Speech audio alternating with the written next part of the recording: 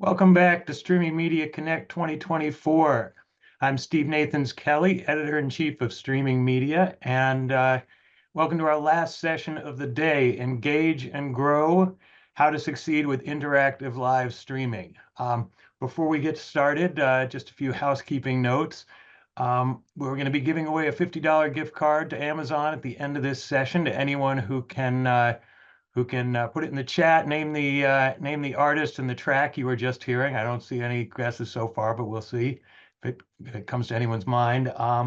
And also, just we'd like to have the chat be lively, so please chat amongst yourselves in the chat. But if you have questions for the panel, put them in the Q&A box, and our moderator, Brian Ring, will get to as many of those questions as he can at the end of the panel. So sessions from all 3 days of Streaming Media Connect this week will be on the Streaming Media YouTube channel. Some of them are already up there, and they'll be appearing day by day. But yeah, and the link to that will be in the chat to a playlist with all those sessions. And join us back here, February 25th to 27th, 2025, for the next Streaming Media Connect event. The call for speakers for that is open now. So if you want to be a speaker, if you have ideas, you want to send us a topic, everything is fair game right now. We'll just be putting together the program over the next couple of weeks. So, please send us your ideas for that. And it's always great to have speakers that we haven't had before. So we've got a great panel to come here. I'm going to welcome our moderator, Brian Ring from Ring Digital, to the stage here. Welcome, Brian. How you doing, Steve? Thank you for the opportunity. Yeah, great to see you as always. And I'm just going to throw it to you and bring our amazing panel up to the stage. Sounds great. Yeah, Brian Ring from Ring Digital. As I say, I do growth consulting for many consulting clients in the media and streaming business. And I also do a quarterly research report that is free. And I'd love for everyone to take a peek. And you get great, colorful slides, including that stack ranking of fast channels. But let's move right to the panel. We're going to talk about how to succeed in interactive live streaming. And I could not be prouder to have these 4 guests with me. First, Pete Scott. He is from Play Anywhere. He's an SVP over there. And Pete spent many years at Turner Sports, driving innovation at Turner Sports. I also have Stephen Brown. He's the EVP of programming at Fox First Run and Fox Television Stations Group. Steve's going to tell us a lot about the important business of syndication as well as First Run. And we also have John Petrocelli. He is the CEO and founder of Bulldog Digital Media. They have been running branded and agency-driven live interactive streams for many, many years. I want to say at least a decade. I think we're going to go into that a little bit further. And finally, I want to introduce Jennifer Kent. She is a VP of research at Parks Associates. Many people know Parks Associates. I don't think I have to make an introduction, but a world-class research firm that's been around, I guess you could say, 2 generations now, doing amazing work in the consumer electronics and media space. So having said all that, I'm super excited to have all of you here. I'm going to kick it off with you, Pete, and I'm going to allow you to give us an introduction really to what you guys are doing at Play Anywhere, which I think is partly a project of passion for you, but also solving problems that you've been witnessing and trying to solve for, 20 plus years with a brand new approach. So teeing it up that way, go ahead and tell us about what Play Anywhere is doing and how it's succeeding. Yeah. Hey, everybody. Nice to see everybody, and hope everybody's having a great day. Thank you for Streaming Media and Brian for hosting this awesome panel. I was at Warner Brothers for north of 25 years and was in charge of emerging media and innovation. And recently, about a year and a half ago, I spun out Play Anywhere with 2 co-founders in Israel around the concept of interactive rights. When I was lucky enough to work with a great bunch of people at Turner Sports and negotiating league deals with the NBA, NHL, Major League Baseball, March Madness, sort of interactive rights was a gray area, meaning being able to create interactive overlays on top of live IP. The differentiator, not in commercial break, but something that was tangible to the consumer, everything from a personalized targeted ad to potentially gamification and wagering to e-commerce. So I just felt there was a white space there for us, and we were able to sort of convince the ecosystem that these interactive rights have not really been contemplated on both sides, from both the IP, meaning the league or the unscripted producer or creator economy around these rights of what you could and could not do, and the ones who distributed that, the ESPNs, the Fox, the Comcast, the DirecTVs, they didn't have the rights either. So we just saw a small little sliver of space. We knew from everything from OnlyFans to Patreon to creator economy to YouTube, this idea of interacting with video is sort of being sort of changed and adopted in living rooms, especially with TikTok Shop, where that generation can't see video without interactive it. Maybe even in the same case of using it as a search tool like you would at Google. So we just saw this nice little narrow gap, and we basically created a platform that allows you to create UX and design around interactive overlays. But I think what's most important is the business reason why the ecosystem, we incentivize the ecosystem because we have a clearinghouse. So, Steven's on the call, and Gordon Ramsay and Fox announced a new cooking, sort of a vertical with Gordon Ramsay. If they want to sell pots and pans, how does that get, sort of shared with all the people who own the screen? So things are going well. We have some big deals with La Liga. We were at the Olympics this summer, so we're just seeing a trend and hopefully serving it well. Yeah, no, I think let's dive in a little deeper on that core message about the clearinghouse. I gave this example before. The media companies are really terrible with these vast uncertainties. So you come in and you have these startups and nobody knows what it's worth. Nobody in the senior executive level wants to end up with egg on their face because they gave their whole business. For example, in music, there was a very much a culture and storytelling inside of like, let's not let this happen. What happened to us with MTV, where they came to us and said, hey, let's promote the content. And then before we knew it, MTV was the most valuable network and the music labels had no rights. The fear of that is intense. When you have interactive layer, we don't know how much it's going to make money wise. So you have the rights holders saying, hey, give me cash. The startup saying my investors need to see results. I think this clearinghouse, that's what you've basically said, is we're going to put a box here together. And as the box and the pie gets bigger and bigger and bigger, nobody has to have egg on their face. We're going to build a structurally sound business over time. Correct? Is that, if I kind of summarized it well? I mean, I think the importance of the clearinghouse is really key. Yeah, I mean, I think the importance is if we win, if they win, we win, right? So the idea is we don't charge to set up the platform. We do a rev share off of any of that inventory. We do all the connections and the APIs with the Amazons, the Fanatics, the Walmarts, all the ad servers, all the programmatic vendors. So that all that is taken away. And with, relative our SDK, you can basically turn this on pretty quickly. So I think across the board, whether you want to start monetizing IP, how on all those multiple distribution platforms, how does everybody be compensated for that? I think we all know poor Jennifer Aniston's sweater is still sitting in a closet for 30 years. Although it's a wonderful example, I think now there's a way between the living room and the ability for people to interact with content. I think it's just becoming normal with the ability of a two-way interchange, because most connected TVs or experiences are connected with the Ethernet. I just think it's just becoming, sort of normal fare.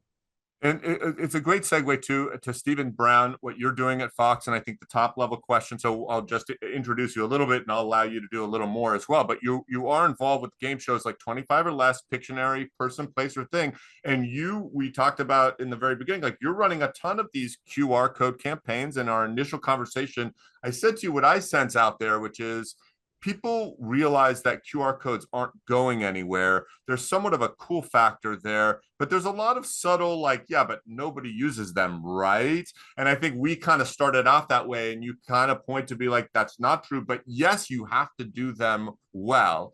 Take it from there in terms of how these QR codes are built into your business, how you're using them, what has been the key to unlocking success with the usage of them, and then any other details you want to share. Yeah. So the thing with QR codes is that, and we've done a lot of kind of A/B testing and iterations along the way, is that you have to leave them up for at least 22 to 30 seconds. Because if you think about our audience in first run syndication, regular broadcast for the first run of the show, grandma and grandpa are watching. So you put a QR code, you have the host say, now go to the corner, take out your camera, and you're teaching grandpa how to focus the camera to go on the QR code. Then what you have to do is you have to give them a reason to do it. So we do behind the scenes footage, we do extra footage. So we shoot specifically bespoke footage that we shoot with our celebrity guests specifically for that. We do offers, we do couponing, we do play at home games, we do sweepstakes. So there are 3 or 4 times throughout the course of each show that we give these QR codes. So again, repeat, do it consistently, messaging consistently, and keep it up long enough so that, oh, I got to get my phone again, and I've got to, and the QR code has to be big enough. And so we do an L cut, right? So we squeeze the frame and then have this graphic along the side that points to what is the offer? What is it that we're providing for you? Here's where you click. And even arrows animating to click here, point your phone here. So it really, we do that because we have to teach our audience how to do it. And then once they get in, we see high repetition, high engagement, much and growing year by year because they're used to it and they like what we're offering them. And this year we did, I do 3 different game shows. So we're doing basically a sweepstakes that you can get tickets, virtual tickets, every time you click on a QR code in each of the games. So let's just say you're in Salt Lake City. Well, my station only carries one of my shows. The thing is, all of those shows air on YouTube, and all of those shows air on Zumo and Tubi and Pluto. So you can click on when you watch the show on any of those platforms and get that same experience. So it's not just, we're not just talking about broadcast and the broadcast experience. We recognize that our audience is across all of these different platforms, and it's a broader audience, and they need to have the ability to engage on whatever platform they are on. All right, couple of deep dives. I know the first thing, I've talked to a ton of people in the space, especially fast, and the first question that's going to pop into their mind is going to be, wait a second, you're saying you're using QR codes inside of content that is being distributed on these platforms? Mm-hmm. That's apparently something that is some of the platforms, at least one, talks about the idea or has legal contractual terms that talk about not doing that, but you're suggesting no, it's all over the place and running on all kinds of platforms. Right. And there is a lot of pushback, because what they're saying, they don't want it to compete with their advertising.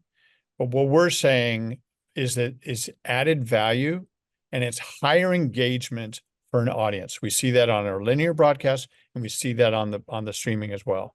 So if you want to make sticky content, then give them something that engages them, couponing, sweepstakes, whatever, to stay on the platform so your streaming partners can serve their ads and get a higher engagement. We're trying to make it better for them.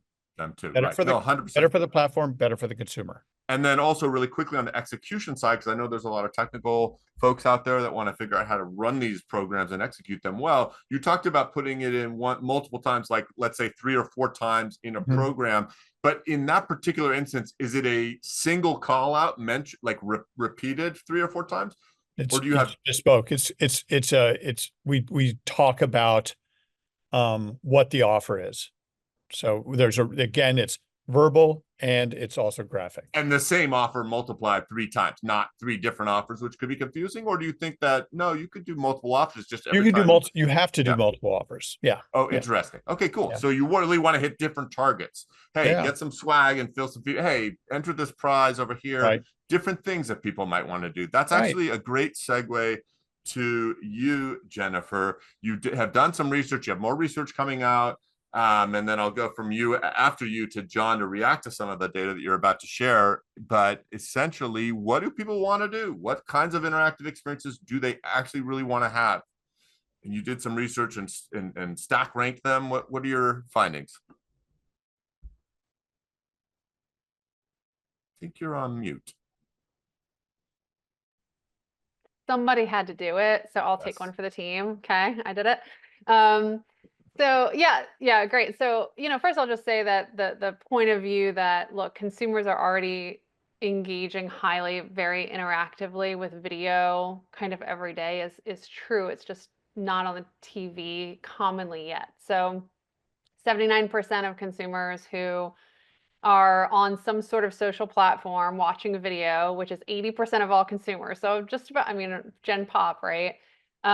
Say that they have engaged with video in some way over the past 30 days, sharing videos with others, jumping into live streams, commenting on videos. It's really normal behavior elsewhere than on the TV. And on the TV, what people are doing today is very transactive. I love to see what Pete and Stephen are doing and how that's going to really train consumers to figure out how to do it on the TV. Right now, the top things that people are doing on the TV that are interactive are primarily transactive. Like I figured out how to buy a new OTT app, right? I figured out how to rent or download a movie. 11% say that they've played games on their CTV platform, but that's very, very few, right? When we say, well, what is appealing to you to do on your TV? The responses are really interesting. There's kind of a wide appeal for a bunch of different features. So we bucketed them into 3 different groups. One kind of general interactivity of things you could do on your TV, one very commerce specific, and then a bucket of actions or tasks that are very sports specific. So on the sports side, people love the choice in broadcast, getting to listen kind of to who they want to listen to, interactive stats, data for sure, a little bit of interest in chatting and being in a chat kind of on the side, maybe trash talking with other teams' fans a little bit, right? So those are really interesting. In the general kind of interactive feature space, interest in things like seeing recommendations from people you actually know or a favorites list. Also, even this is not quite in stream when you think about services and content and building into the video services, but for the manufacturers being able to actually see live streams of your video from other video sources like your video doorbell or your camera, and making that TV serve a new function or a new purpose for you. So a little bit different, a little bit broader view of what we're talking about on interactivity there, but that was actually the number one thing that came back. Yeah. Yeah. Go ahead. Yeah. So yeah, really interesting. And then on the commerce side, the number one thing being able to purchase something from an Right. ad, essentially. I'm sorry, the number one thing was food delivery, seeing a food provo specifically and being able to just be like, yes, I want that pizza. I'm in the middle of the game. Yeah. So a lot of variety there on what we're talking about with interactive experiences. Excellent. Thank you for laying it out. You also talk a little bit about the idea of social sharing. We talked about this a little bit before the call, that one of the highest things that seems to be missing in the experience for consumers in the CTV side is the social element. I pointed out, well, didn't Netflix do that for a little while and then they shut it down? But that's a good segue to John, because in the TV world, we think about these interactive experiences happening in our model, Nielsen and rating and the rest of it. But actually, of course, the last 15 years have seen the rise of the social networks. John, take it from there in terms of every brand and agency needs to have a presence on these social networks. And I think you're going to take us through 2 big highlights, by the way, both of which were TV events, the pre-event to the Super Bowl, right? And the associated events with the March Madness. So it is here, right? Interactive TV, it's here, it's now, it's just maybe not in the exact device or in the exact way you might have thought 20 years ago, but it's all kind of coming together. Without question. And, I've been operating this business for, I think we're in our 12th year, and I've been in live streaming for 20, but I have to remind myself and my colleagues that this is still a new medium for most people. And it is a different development happening on a pretty consistent basis. But a lot of what we do is work with brands, marketers, agencies, content creators, and platforms on how to deliver a fully optimized live content experience. A lot of that boils down to best practices that we've certainly learned and adopted, across all these years.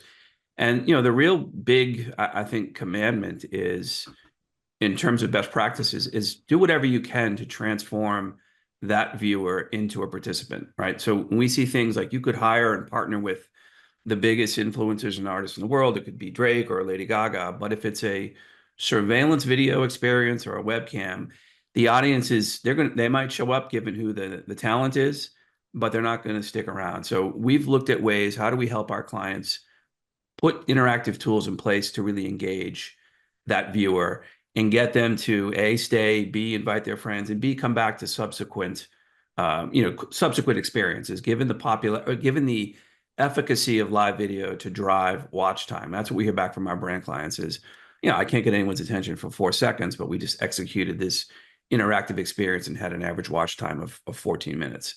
That's a pretty significant, home run. And when I talk interactive tools, people want to have a social stream. They want to talk about what they're watching. We believe that needs to be curated. It just can't be this random, fire hose of nonsense and polarizing commentary. If the conversation is related to the video, people are going to lean in. They're going to watch longer, and again, bring those fellow watchers to those experiences. And then it's things like chat, polling, trivia, graphics, calls to action, even like a dynamic schedule widget that's a companion to that viewing experience.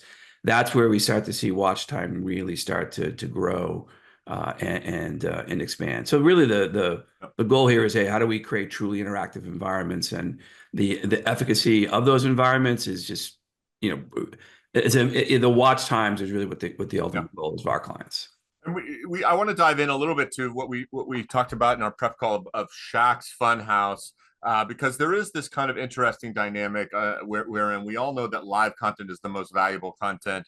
In the history of TV, live was critical for driving viewership, right? Let's put a game after the hockey match or whatever, and that in entertainment, I'm thinking of an example, but I can't remember the name of it, always does super well. Like that's the lead in, right?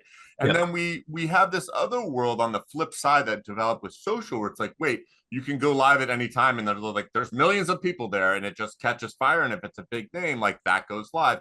And I think we had this conversation, we kind of migrated to, and what happened a couple of years ago with basically Amazon Thursday Night Football was sort of bringing these together. It's like, we're going to somehow drive tune in. It's going to be to a specific app and place like a TV, right? But it's not like as part of a schedule where you're talking about we're going live on Sunday. So there's sort of like been these two modes of live, one being a TV and then the other being a social. And we maybe are coming to the final place where it's like, live is by itself with these big platforms can really drive a tentpole by itself. I think that's kind of what we talked about a little bit, and some of the stuff that you've done with Shaq relates to this, because, sorry, long-winded point, but I'm getting here, that they actually took that stream, and I don't know, you're going to explain this better, but streamed it to TikTokers who then streamed it in turn to their super distributors, their followers, correct? And that's a really powerful idea. Reminds me of like Intertrust super distribution back 20 years ago, right? Yeah, I think without question, I think these big sporting events, the music, media, and entertainment that happens around them are almost as big as the actual in-game events themselves. And for the Super Bowl here in LA, it was Shaq's Funhouse was this real kind of concert carnival experience with Diplo, Lil Wayne, major artists. And we distribute that across multiple social platforms for the promoter, medium, rare. But one of the key, I think, drivers of tune in to that experience, where there were 20 different TikTok influencers at and throughout that overall experience. And we're simulcasting across all 20 of their accounts, almost like the raid effect that you see on Twitch. I think another interesting example, you might remember the live Super Bowl commercial that Snickers did a couple of years ago with Adam Driver. He's in a saloon. Prior to that experience, there was a 36-hour pre-broadcast of a live stream with influencers, NFL athletes, all kinds of weird little kind of quirky games you could play. And one of the polling opportunities there was you could pick the name of the saloon that would appear in the live commercial on Sunday. This was Thursday going into Friday. So there was a whole live voting on what the name would that be. And he comes out and says, he forgets that they're actually in the commercial, and the whole commercial is about you're not yourself when you're hungry and you don't have a Snickers, and he knocks the saloon over and the whole set catches fire. But that's an example of teeing up that big moment way ahead of time, and certainly with Shaq's Funhouse. AT&T used to go to the Super Bowl and have that Super Saturday Night live stream concert experience, and also broadcast with artists like Jennifer Lopez or the Foo Fighters. So certainly great business around entertainment-centric experiences with interactivity woven into them to tee up the game for the brands. Great example and segue. Reminds me to hit you, Stephen Brown, with this idea of producing stuff live and participatory and interactive before it airs. You told me about the battleground programming in the battleground states that you ran. Share with the audience a little more about what you did there to architect that interactivity, and then later are going to air with it, right? Yeah. So we're just finishing up this this series that we did for Fox television stations of basically covering the election through the lens of the swing state voters. And that it was very important for our stations. So live, as far as we didn't do it live, but we aired it every single day, so it was topical. Live, what I want to do with our game shows is start to make them live, because I think that when you go back to eventizing things or HQ trivia and saying every day at noon you can watch a live game show and participate, because I go back to Pete's idea is like you have to engage in a meaningful way. If you can watch and play and win and do it all live, then and it becomes a sporting event, which is what a game is anyway, then it makes sense, right? So then there's a reason to watch. There's always, when you do syndicated programming, it's like, I can miss tomorrow. I can miss today's episode because I can catch it tomorrow, or it's going to be the same tomorrow. But if every day you don't know what's going to happen, then there's a reason to tune in. And I think so it's a couple of things. One is, I think I would be remiss not to point out what you just said around how important it is for all of us. And a lot of people know this, but I don't think it's said enough, is that each genre has its own set of dynamics and business models and rules. And so what you're saying is super interesting, right? You may not think about this idea of a behavior where someone loves a game show, but there's no reason to watch it tomorrow per se. No, fantastic, right? And every other subgenre has its own thing to be studied. So that's number one, which I think is super. And then two is just kind of a segue over back to you, Pete, around and getting a little more tactical, thinking about what I just said about genres and how you do things and getting tactical. We have an audience, probably people in the audience that are producing content and want to figure out how best to do it. So with Paris 2024, just a couple of stats. It was across 12 countries, 30 sports. You mentioned in the prep just a few minutes ago about 100 pages of how to do it right. So let's dive a little more deeply into how do we do things right? How do we maintain consistency? What are the guidelines? What are the fears that producers of this stuff have and the stakeholders have? Give us some detail on the operational side if you can. Yeah, I mean, I think, listen, in that particular guideline document, it was the IOC. So whether you're a producer, you own shows, there has to be compliance of when that interactive element comes up on the screen. So we sat with the IOC, who, if anybody works in the sports business, they're probably the most sort of rigorous rights control of what you can and cannot do. But it was the first time that broadcasters asked to do interactive overlays to create engagement, like Stephen said, and like John have said, to basically create more inventory for new ad inventory. And I think what they had to feel safe about was there was some rules engine, a compliance engine in the background that was basically regulating that. So the beauty of the Olympics and most sports is you have live data feeds and you know when things happen, when things trigger. We have some computer vision is associated with our AI, so we know what's on the screen. And so we're able to sort of tactfully offer things at the right place and the right time. So I think that's a combination. Once you start to learn more about your audience, I think that's the key. What affinities does a particular person have? So if you're a San Francisco Giants fan and you like a particular player in a particular situation, do you feed that person a particular wager or e-commerce? Or do we know that user is shopping for a car? So his ad would be different than say someone else. So I think it comes down to whoever owns the IP, set and establish those guidelines. And then second, really just understanding, really who your audience is at the end of the day. And if you can sort of start to use that as a tool, which a lot of teams are super interested in getting first party data, that's super important, right? Appending new attributions around a persona. So then that entity becomes more valuable because that team has X amount of people and they know 50, 60 attributes about that particular person. I think that was one of the big reasons. Sorry to keep going, but I think that was a big reason why the NBA went with Amazon, because there's so much data on that consumer that now the NBA will have privy to, right? So they'll know their affinity sets, et cetera. So these interactive experiences sort of allow you to do those kind of things. But just dive in a little more to the kind of behavioral things that cause fear, right? Are we like, for example, we talked a little bit about the QR code in the TV screen, and I know in general, right, the programmers, well, they don't want you, taken away from that and watching some other program. That's kind of one of the things that you get pushback on. And so I'm just curious, for example, and I'll go to Jennifer after this, but I want to stick with you, Pete, is there is a sense in which we don't want to interrupt the viewer experience, right? So the IOC and the network partners maybe needed some guidance on, hey, no more than 2 a break, or put it up, if the logo's going on the right, so the interactivity has to go in the left. I mean, did it get down to that tactical level? Like, here's how the presentation layer is going to work, and here are the... like medals, giving out medals.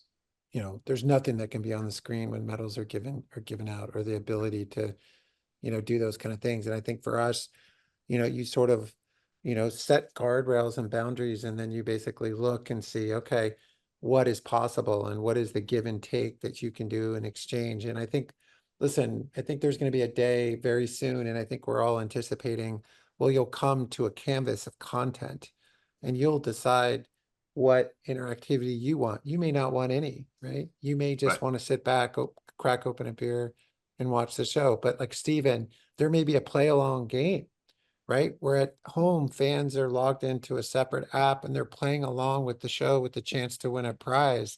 I mean, all of these different sort of engagement will be user initiated. And I think, to me, that's the give and take. And as long as Jen has said that there's a value exchange between the consumer and what you're providing them, a discount, an ease of use, to do those things, I think more and more. And I think eventually with AI coming aboard and adding, the potentiality of basically going into multiple buffets in real time and setting a personalization engine with me as I'm watching, as it knows my traits and my things, that's the next step, no question about it. You mentioned in the case study, we talked about 30% interaction rates, also talked about across 30 sports. I'm curious if you saw any patterns about the types of sports that had better interaction rates, or the types of widgets. Yeah, it's fascinating. It's a really good question. So NBC, we didn't get to them at the last minute, and they just felt more cautious not to do it. And they didn't need to really subserve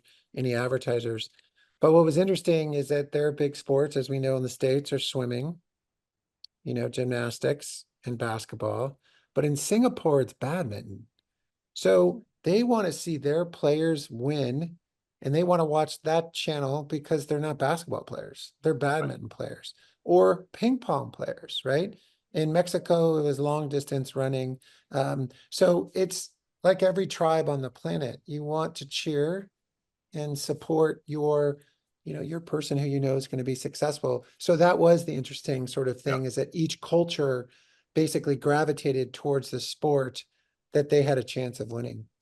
Great. It's a great point, and it's a good segue. I've been pushing on it, like, which game is most important? You're like, no, it's going to be a canvas. And that's kind of a segue to Jennifer. We talked about the side panel, and, there is this kind of sense that, like I mentioned, even going back to Comcast X1 platform, that yes, at some level, there's a button or something you do, and the screen scales down a little bit and something comes up on the side. And that's where things happen. Take it from there, Jennifer, and explain a little more about what users said, or the numbers behind the sentiment of "don't interrupt my viewing experience," right? Right, exactly. When we're asking consumers what they think about interactive TV experiences, we certainly want to understand what you mentioned the word fear. What's their fear? What's their concern? Um, the number one thing really actually is the privacy and security of their personal data and also payment information. So we're talking about commercial experiences here. So now you're, you know, trusting perhaps a new entity with your payment information. Now, a lot of these subscription services already have your billing information. So, there are some services that you're already trusting there, but how is that payment going to work? So that's the number one concern. About half of all consumers saying, okay, I'm a little bit concerned about this. Pete made a great point about sometimes people will just want the choice to have no interactivity. 31% said, look, it just doesn't have any value to me personally. Now, ultimately, that value might be proven. Maybe they don't think that they'd like interactivity, but then there's some great experience that they see on the content they watch, ping pong or game shows or what have you, and then it makes sense to them. But some people who are just not going to be ready for that right out of the gate. But the number two thing was disruption to the program I'm watching. So 36% said that they are concerned about that. You've got to make it something that is additive, is complementary, and does not compete really for the attention. And so I think that we're going to learn a lot from the initial, engagements here of what works, what's too much. And different consumers are going to have different sensitivities to it. So the ability to have something where it's intuitive to find, but not necessarily see all the time, it seems like a really great approach from what we're seeing in the data. John, to you, would just go a little deeper into some of this interactivity stuff from your perspective, where people are really already there. And also, I want you to dive in a little bit on the brands and also take me through. We talked a little bit about Netflix. They're doing more and more live programming and sports-like programming. You're going to have this Jake Paul, Mike Tyson fight this week, I think. Is that right? Did I get that right? Yeah. And that you had mentioned to me that they've already have multiple brands signed up for this. And you feel this is going to be a really important element to Netflix's future. So help me understand a little more about what they're doing. You made a comment also about the Army of the Dead. So help us understand what Netflix is doing to see it through some of these interactive experiences. Yeah, we firmly believe Netflix is going to, reignite, I think, a super competitive live streaming marketplace. And if you recall, I think it was 2 years ago, Ted Sarandos made this pretty stark comment that when you asked about sports on the platform, he said, "Hey, we're not anti-sports, we're pro-profit." And they went on to power things like Chris Rock comedy show, Dave Chappelle, the Love Is Blind finale, and the Tom Brady roast. And I would wager that Netflix probably said, wow, we're getting pretty interesting tune in to these experiences, and people are watching for an eye-popping amount of time. Why not go in and get into bigger sports plays? So now it's the WWE once a week and 2 NFL games on Christmas. I think today it was announced that they've sold out the ad inventory for those sponsors for the Christmas Day games. In addition, I think there are 5 different sponsors for the Mike Tyson fight. So I think there's a pretty interesting business unfolding at that company. I think I also read that they're now at 70 million ad-supported users on that particular tier. And live video opens up a multitude of possibilities for any content platform, right? You've got the opportunity to do customer acquisition and customer loyalty. Further that, they can now drive revenue by having brands, i.e., Samsung power live content on the platform. So it's a big win, I think, across the board, and I would expect to see similar thoughts happening across platforms like Apple, Disney. Hulu's already doing a couple of major music festivals in partnership with Live Nation. So I think we're going to see a lot more of that happening. And there's multiple ways to run a business model, right? It could be a marketing execution, but it also could be driving revenue through an ad opportunity. And brands, we've been working with brands for over a decade. Their hot button right now is, help me connect in the moment with a consumer for a sustained period of time. And live content is the key way to do that, but live content with interactivity is almost guaranteed, or it's as close as you can get to success as possible. So I expect this to again ignite a lot more activity in space. Yeah, I think it's a good. We're getting to 142, so we're getting towards the end of the session, and I want to make a quick call out to the audience that if you have questions for any of these people, please do type them in the chat. We'd love to do it. And then for my panelists, I want to zoom out a little bit and look towards the future. Ask you to do a little bit of predicting maybe your existing businesses. You know, Pete, maybe you've got certain pipelines, or John, you've got certain pipelines.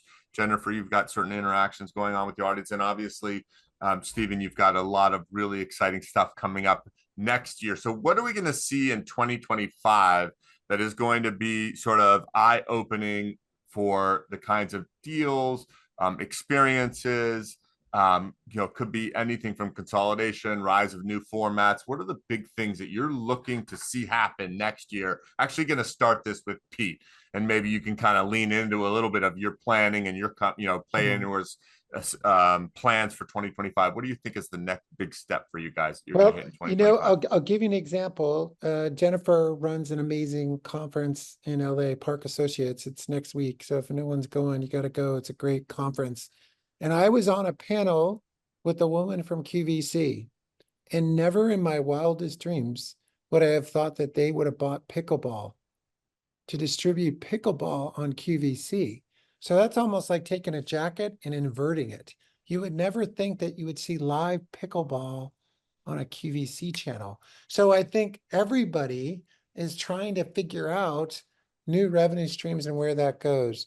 What we're seeing, obviously, women's sports is so popular. There's a new women's baseball league that might be coming up. There's a new volleyball league that's coming up. And I think the world, and we know that through the streaming media guys and what John does, the cost of streaming has come down. So then these niche markets, we work with the American Cornhole League, and, they do really well. And there's those small niches. So I think you're going to see, like, the creator economy, I think more and more niche content that's coming up.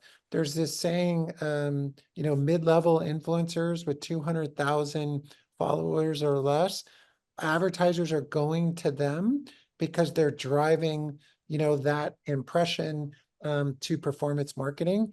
So I just think you're going to see more and more of that, and money moving in those directions to experiment with very, very high targeted personalized audience, whether that be in sports, whether it be in unscripted. And I think that if I'm an advertiser, it's kind of like direct mail on steroids, right? In the election, there was articles that they were still using direct mail.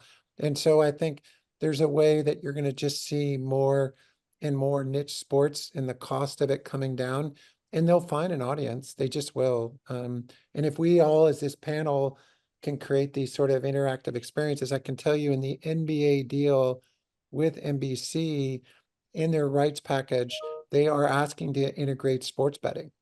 So it's, again, it's just, whether it's pickleball and QVC, whether it's, NBC, you're just starting to see this stuff everywhere. It's a great point. And sports betting, like an entirely different type of interactivity, Right. nonetheless, just contributing to the overall behavior, rise of the behavior. And Stephen, to you, that's a really good segue for you, because I think you've got some great thoughts about where things are headed towards in the future for your business. Yeah, I'm not, it's like we're all looking for nickels and cushions as broadcasters, as IP owners. So, and I 100% agree with Pete. If you look at Twitch and the micro audiences that some of these Twitch players, and they're getting money for it, either from the players themselves or from sponsors, that is a big thing. And then also with this recent election, the rise of podcasts and YouTube. So I think you're going to see much more content that's created by users and adopting that that model. The other thing that I wanted to say was live betting. Don't go necessarily with betting traditional casino, but look at the sweepstakes betting. That's going to be an explosive growth in the next few years. And it's going to be, if 79% of the viewers have a second screen in their hands while they're watching game shows or they're watching news, you're going to see an explosion of that.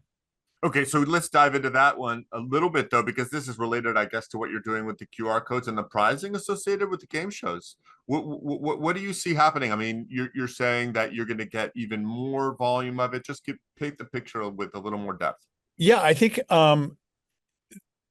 you can bet on the outcome of a game show, right? And it could be a sweepstakes rather than a bet.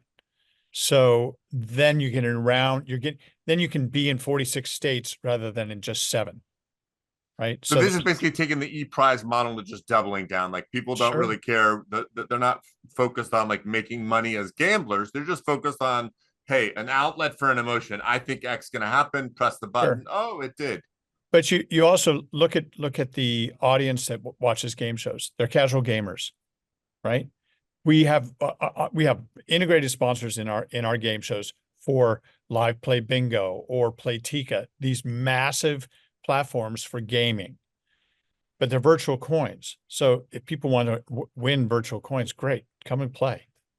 Got it. Fantastic. And I think you also make a great point, and we talked about this before, and building off of Pete's point of, we're at an ability to scale smaller audiences now. We just we know that the long tail worked for YouTube, but slowly but surely, we've all become more capable of sort of monetizing in these niche areas. So, all right, John, to you, what do you see happening next year that's going to be super exciting for your business? We're anticipating, and I saw this highlighted in an Ad Age story, the connection and the emphasis that Gen Z is placing on pop-up experiences and activations. And that could be to promote a TV show, a shoe, a product launch, a new vehicle. That has an incredible high level of efficacy when it's aligned with social media as well. So even the idea of having an exclusive influencer event the night before the activation goes live the next morning or at noon. So we see that as very powerful. A lot of the entities that we work with are looking to experiential as a key part of their marketing strategy overall, and then the notion of amplifying that with a live component and dropping in the ability to live capture and stream that. We did this for Coca-Cola when they launched their Coke Spice, which is their first new flavor, permanent new flavor in 3 years, had this activation in Manhattan at the Coke Spice shop, 2 stories and all kinds of things you could do there. But we were able to bring that onto Coke's Twitch channel and also an influencer that had been hired to host the experience as well. I think that's going to be a significant business opportunity going forward as a result. I mean, just worth mentioning here too. You work in sports; it's all about the pre-game, the game, and the post-game. I guess, in a sense, why not have the same thing for music or any other concept, etc. Right?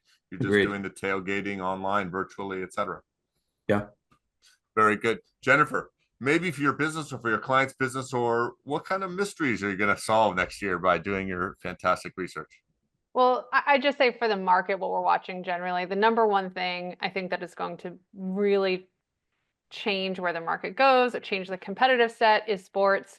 The sports rights being so hot, some of the rights that have been locked up for years, becoming available, and it is still that type of content that drives subscriptions and drives signups. We asked consumers, streaming sports viewers, have you ever subscribe to a general streaming service, so not a specific, not the NBA or the MLB TV or what have you, but a general streaming service just to watch that game. When you think about Netflix getting the Christmas rights and the Eagles game earlier this year in Brazil being on Peacock, 60% said that they've done that. And then we said, well, what'd you do after? Did you just churn right out? And expected the majority to have churned out, and actually over half stayed. And they said that they actually stayed. So pretty compelling numbers for what's probably going to be a race to buy up a lot of those rights. So we're continuing to watch, that. And then the other thing I would say really is the creation and watching those experiences and what everybody's talking about today, when you're engaging consumers and giving them a way to lean back into the experience and interact with others and bet and take a survey, you're making them part of the content, which is what YouTube's done more than a decade now, right? It's taking the viewer and making them the content. And that really hasn't come to TV well, except for through YouTube, which if you watch the Nielsen gauges numbers is right there with Netflix on viewing hours. So it's how is the creation economy getting into CTV, and how is sports changing everything? Awesome. Okay, I have a couple of great questions. Keep these questions coming in. I really appreciate it. One from Ron Nidam, and this is about. He says, "How do you differentiate interactive with second screen or distracted viewing? How do you introduce this type of experience in a dramatic or episodic content?" I think that second one is a really key piece of this question. I'll start with you, Stephen. What do you think about, if you're thinking about episodic content or dramas, comedy, what's your take on that? Is there room for interactivity on that one? No. How do you execute it? No. And it's like, I think that behavior comedies, maybe like a sitcom, sure. But Game of Thrones, if you put something up, I'll kill you. Right. So I don't think that's appropriate. Even like, look at Telly. Telly's giving away free televisions, but they have that lower third on the entire time. It's distracting. It's disruptive. I don't agree with it. I don't think the consumer wants it. Different times of day, people are engaging with their screen in a completely unique and different way. So if you have a second screen and you're using it, it means that you're semi-engaged with the content. I can look up every once in a while because it's kind of interesting. Dramas, you're leaning in or you're leaning back and you're absorbing it. So no, definitely. That resonates with me. Anybody else have other feelings about it? I'm just thinking back to I'm watching Ozarks. Yeah, no, I think you're probably right about that one. Any other thoughts on that? I think travel is huge. Like, Anthony Bourdain, and, I think there's a way where, you could resurrect his content by going back and quote unquote interactivizing that content.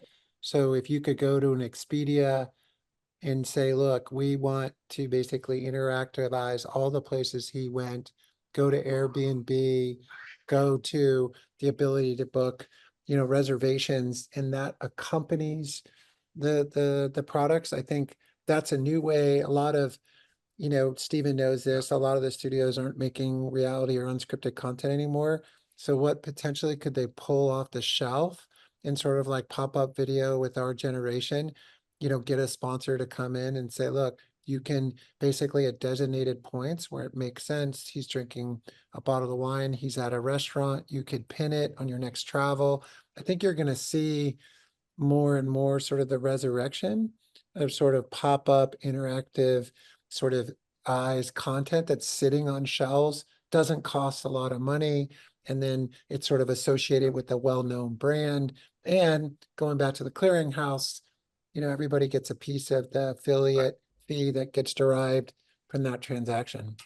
Yeah, and I mean, with Gen AI and LLM impacting the whole content production workflow and value chain, I think that those possibilities become even more likely to happen. So that's super cool. We have another question here. One concern for interactive elements on live sports video has been intrusiveness. So again, bringing this up, overlay versus L bar, each has a pro and con.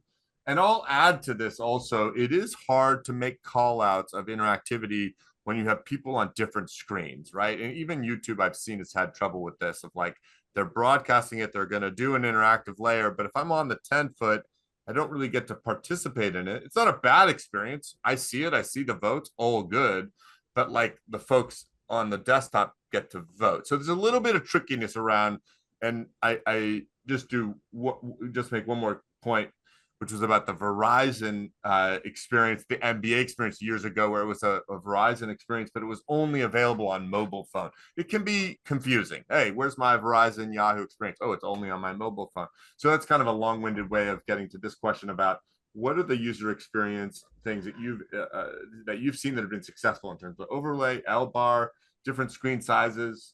What do you say, Pete? I mean, I think the best example is ManningCast. I mean, that's that's the best thing that's happened as an alternative stream, right? It's not the big ratings number, but between those two and now Belichick as the curmudgeon and the odd couple sort of relationship. And if you're a football fan and you're getting that kind of experience, Dude Perfect on Thursday Night Football. I think you're going to be offered as a consumer, hey, if you just want to sit back and listen to this talent, knock yourself out. Like Twitch and Twitch extensions, if you want to watch a game with this influencer, go here. So I think you'll have a lobby, where you can pick and choose what lobby you want to go into. Everybody's got the same bet as me on this one game or in the red zone. I'm going to go hang out with these people, and communities will start to form. And I think that's, if you could do that up front, I think that's where you're going to see, you're not going to see the bulk of the audience, but you're going to see a bifurcation. And again, it goes back to the advertiser. No. I have people in this room that really like this, and they would be interested in a brand that's associated with this. Yeah. So suddenly that 1 million people, as opposed to 15, is actually potentially getting a higher CPM because they're more fish in that bucket that have affinity for that brand. I think the other great point there to build on it is just the idea of how important some of these broadcasters are to the channels. I think about the San Francisco Giants. You could think about the Dodgers with Vin Scully. The Giants is Kruk and Kipe, where the broadcast announcers have very strong relationships with the fans. And so you could just imagine, if it's an influencer doing the calling of the game, why wouldn't I also fall in love with that type of call, that type of experience? And it's exactly what Manning Cast is all about. So I think it's a great point. Yeah, I'm a big Dodgers fan, and I would have paid if someone had captured Vin Scully's voice and the AI of bringing Vin Scully back to call the Yankees-Dodgers game. I would have chosen that by far. And you'll see this. James Earl Jones just did it before he passed away. So you're going to see this type of hyper personalization. Harry Carey, can you imagine if you brought Harry Carey back and some group just wanted to watch him call the game? I mean, you'll see this stuff happening for sure. 100%. I think I actually saw a video, sort of a special thing. Billy Joel, I hate to be dating myself, but had incredible footage and had sort of reconstructed a video. I forget what the song was, where it just takes him from a young man all the way through his life. And it's pretty darn compelling. So I love that one. All right, we're at 1:59 and we have no more questions. So I just want to say thank you so much to all of my panelists, Jennifer Kent, Pete Scott, John Petrocelli, and Stephen Brown. Hey, thank you for joining me. This has been a lot of fun. Yeah, it's been a fantastic conversation. Thanks, everyone. A lot of great conversations today. This has really been great. Thank you, Brian, bringing this all together, bringing together such a great panel. Before we go, we have a gift card winner to announce. The walk-up music that you heard was Rockefeller at Attica by Charles Mingus, and the winner is Amrutansu Samanto. So Amrutansu, you should— Well deserved. Yeah, I didn't know if anybody was going to get that one, but congratulations. And watch your email. You should get something about that in the next week or so. And so that's it for Streaming Media Connect today. Please join us back here tomorrow for Top Streaming Gear 2024 demo hour with Magewell, Muri, and MVD. That's going to be at 10 a.m. Eastern Time, 7 a.m. Pacific Time, if you really want to get up early. And that's going to start off another day of a lot of great panels. So thanks again, and we'll see you tomorrow.